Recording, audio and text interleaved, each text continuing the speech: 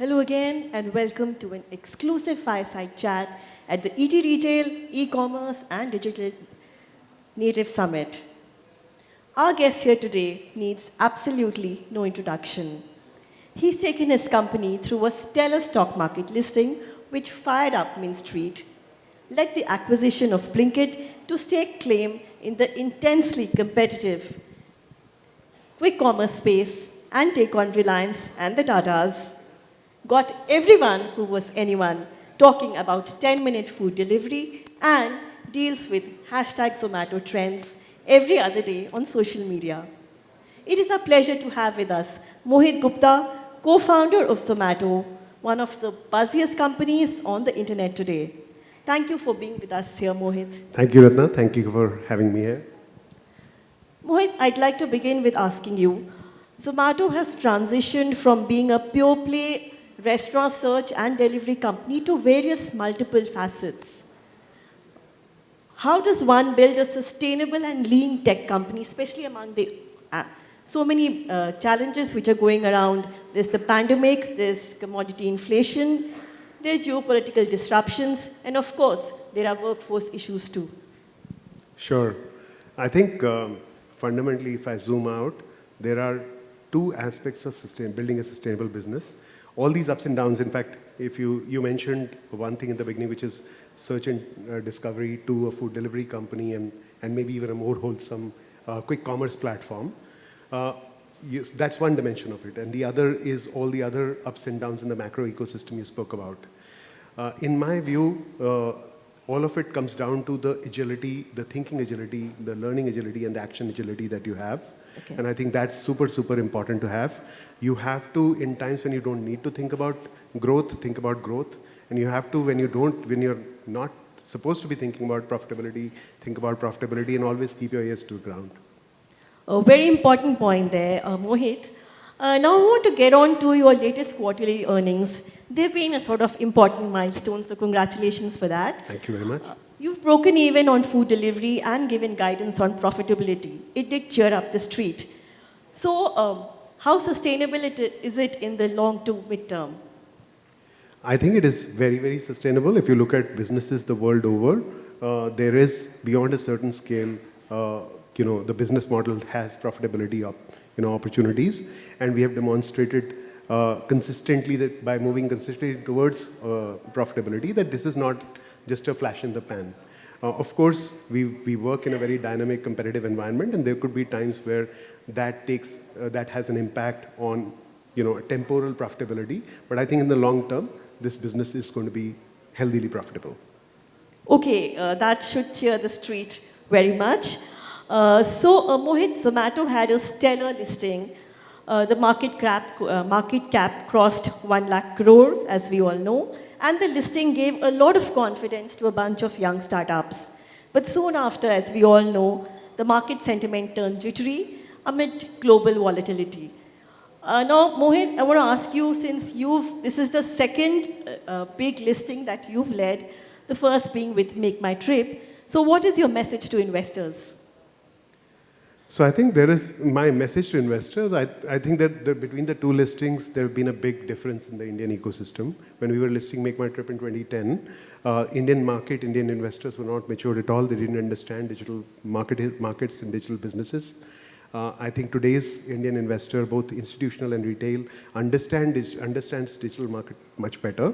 Having said that, one of the big problems with the way investors look at businesses is that expectations from a listed young digital business are very similar to that from a FMCG company, for example, which is, say, 20-30% growth and some degree of profitability and so on and so forth. Whereas the underlying opportunity for digital businesses is to actually disrupt and invent new ways of going to market, new ways of solving customer problems. And I think investors need to look for that as well in how they look for so-called matured internet companies.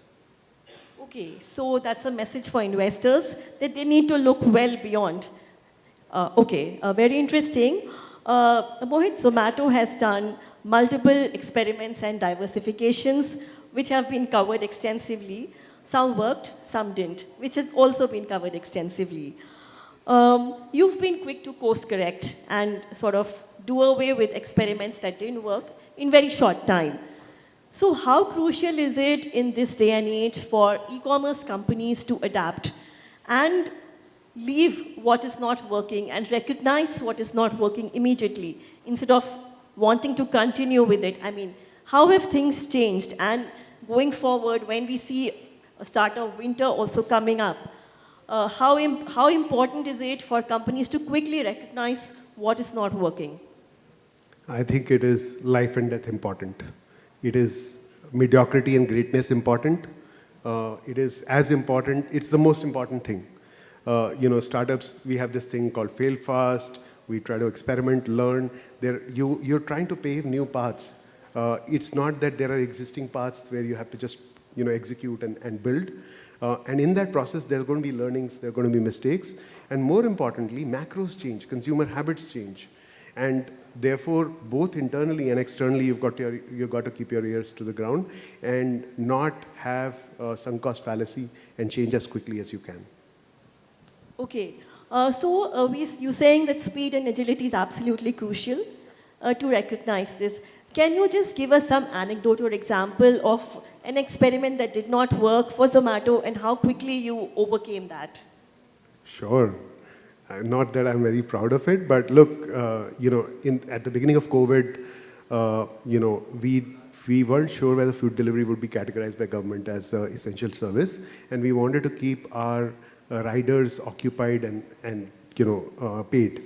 So we wanted to keep the ecosystem of riders intact. And therefore, we very quickly, in a matter of 4 weeks, put together our grocery business and launched it in the top 20 cities and then expanded it to 106 cities. It was something that we did blazingly fast, and it got a lot of traction also and served customers and kept our riders paid and occupied. But having said that, soon after we started coming out of the first wave of COVID, we realized that online grocery is a very, very heavy investment and deep-pocketed game, and we did not have the differentiation and the right strategy for it. And therefore, and we also felt that it was taking focus away from the food delivery segment, and we wanted to continue to execute very well in food delivery, so we pulled back from it. There is a bunch of other things you know very well, but that would be one of the examples. Okay. And what is something, if you can in the same vein tell us, any anecdote or example of a diversification you did which took you by surprise and you double-clicked it? Sure. So there's this business that we have called Hyperpure. It basically is a grocery business that supplies input ingredients of all kinds to restaurants. We started that business thinking that we'll put a sticker called Hyperpure inside on Zomato, and because that will make consumers buy more from those restaurants, and because it gives restaurants more marketing value, restaurants will buy from this service, and therefore we will build a business. We soon realized that input ingredients are some of the largest cost and value drivers for restaurants, and they're not going to be so fickle as to get swayed by that. However, when we started building the business, we realized that there were so many high quality, high impact unsolved problems that there was a lot of value to be created. That business that we started in 2018 now does over 100 crores a month and is moving very fast towards profitability as well. So it's something that we've doubled down on. It started from a single city in Bangalore and now it's in 10 cities. So it's something that has become a very valuable part of the business. And you're saying that it also took you by surprise the way it took off? Absolutely. Okay, fantastic. Mohit, now this is something which not only everyone in this room, but everyone in the country wants to know. Do you see a quick resolution, and how soon between the dispute on the dispute between aggregators and restaurant partners? We've been hearing this on and off since the past 6 to 7 years. So what is the update on that? I believe the CCI is still looking into the matter. Of course, CCI is looking into the matter, and in the first ruling that has come from CCI, where they asked for a small part to be investigated, they've also ruled in our favor on a bunch of points.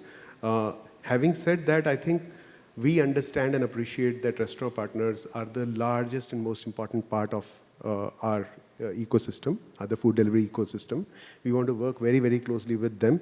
We appreciate multiple points with, and work with them very closely. So even with bodies like NRAI, FHRI, and others. We do have regular engagements, and there's a bunch of areas where we are making progress. Some of the more larger sticky points, I think it'll take a little more time, especially because when something is sub judice, that also has an impact on how fast you can move on it. But I am very, very optimistic that we will continue to strengthen our relationships, deepen our relationships with restaurant partners. Yeah, I was reading an interview with one of the large restaurateurs, and he was a listed company, and he was saying that, he says we don't have any issues, and we would not be anywhere without the aggregators. So he says some of it may just be overstretched, this conversation. So you've all, the restaurant partners anyway cannot do without the aggregators, and they accept that. So I think it's a beautiful symbiotic relationship. Because we don't have any restaurant brands, we don't cook any food, we don't fancy ourselves to be experts in that. We need the restaurant ecosystem to be able to build the food restaurant industry and the food industry in this country. And similarly, we bring a very, very interesting combination of technology, operational expertise, and consumer insights, which I think is very valuable to make progress for the food industry. okay, important point there, Mohit. Which brings me to the next question. What's your take on quick commerce? It's very fashionable to talk about cash burn in quick commerce. And these days, there's also the start of winter, which is doing the rounds. So when do you see quick commerce in general making money? Well, there are two aspects to quick commerce, right? One, which is very widely reported, is the fact that this is a cash-burning business. And of course, there are real meaningful challenges to unit economics in quick commerce. Having said that, I think what gives me a lot of hope and excitement is when you look at customer cohorts and the way you're solving problems for consumers. The loyalty and the usage frequency is so high, and it's the affinity is so deep that actually forces you to realize that there is a lot of real value that you're creating. Also on P&L, like you've seen in the past two disclosures that we have done, there is a lot of progress that we are making. So I do see over the next year or two, the quick commerce business is also breaking even. Frankly, if I go back 4 years ago, 5 years ago, when I got into the food delivery business, I couldn't look, even on an Excel sheet, it was difficult to see how food delivery was going to become profitable. But having gone through that journey once, we can now see better how to turn even the quick commerce business into a profitable business. A very, very interesting point, Mohit. Very crucial that in the next 1 to 2 years, quick commerce could start making money as a standalone business. I'm very hopeful and excited about that. If you were to ask me exactly how, maybe I can't lay out a roadmap. But the progress that we are making makes me very, very optimistic about it. Okay. And this is... this is not a forward-looking statement, it's just an estimate. Zomato is listed now, so... Yeah. Mohit, I'm very tempted to ask you this question. What is the update on Zomato Instant? When Zomato announced 10-minute food delivery, it trended for about a week on social media, and everyone had, philosophies and a lot of things to say on it. So, has the pilot gone as per expectations? Have you gone slow? There is also this school of thought that you perhaps have been going slow on Zomato Instant. And there have been multiple challenges, like there was attrition, and there was also some, a shortage of workforce. So can you just detail on how Zomato Instant is panning out? Sure. So I can assure you that our strategy around Zomato Instant has got nothing to do with rider shortages or anything of that sort. The thought of Zomato, the Instant, which was basically 10-minute food delivery, was triggered by our excitement and what we saw in consumer cohorts on quick commerce. And we are seeing a validation of that in 10-minute delivery as well. It is a very real use case. When you, all of a sudden in a meeting gets over and you realize you're hungry, you don't want to spend 10 minutes deciding what to order and then waiting 30 minutes for it, right? It'll be so beautiful if you can get a good selection of high quality, is simple to eat, on your desk meals, which can get delivered to you in 10 minutes. And that's what we are doing through Zomato Instant. Again, we understand our responsibility towards sustainability, towards safety, towards, making sure that the food quality is great, towards making sure that we also have a line of sight to profitability as we start scaling this, which is why we are taking time with our pilot. The pilot has now scaled from 2 locations to 6 locations, but we are going to make sure that we do a great job of understanding the business model really well and then scale it. So it's still in the extended pilot phase, if I can call it that. Okay, can you give us a rough timeline, sort of, when you expect a full-fledged rollout, or what kind of rollout we expect, say, by the end of this year? I am very hopeful that by end of this year, whatever questions are unanswered, we'll be able to answer them and therefore decide the future of Zomato Instant. And this will also spill beyond the NCR region. Right now, you're piloting it only in NCR, right? We have a couple of locations coming up in Bangalore shortly. Okay.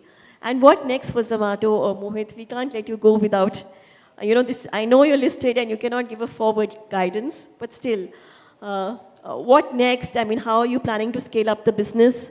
And now that you are in multiple, facets, it's not just restaurant search and delivery. There's quick commerce also. To put it specifically, in quick commerce, are you looking at new markets? We are definitely always looking at new use cases, new categories, new segments, and experimenting with them. So I think in all parts of our business, look, we have a strong balance sheet, we have a lot of cash on the balance sheet, we have strong brands, we have a very, very talented team. We are well positioned to actually solve a lot of consumer problems in India and create a very large and healthy business. We intend to continue to innovate. You would have heard of our Intercity Legends service, where you can get sweets from Kolkata delivered to Bangalore in 24 hours. From the best of restaurants and so on and so forth. There's a new healthy product out there. There's a wonderful new product in dining called Vibe, which gives you Instagram-like discovery elements and a very exciting offers product also. So on every part of our business, we're always experimenting and looking for new ways to solve meaningful, large customer problems, and in the process also create a larger and healthier business. All right, that was a very, very engaging and candid conversation with Mohit Gupta, co-founder of Zomato. I would now like to throw the floor open for audience questions, if any. Anyone from the audience? I think people want to get to the music and drinks. Yeah, possibly. All right. Thank you so much. I think in interest of time, I think we'll kind of wrap this up.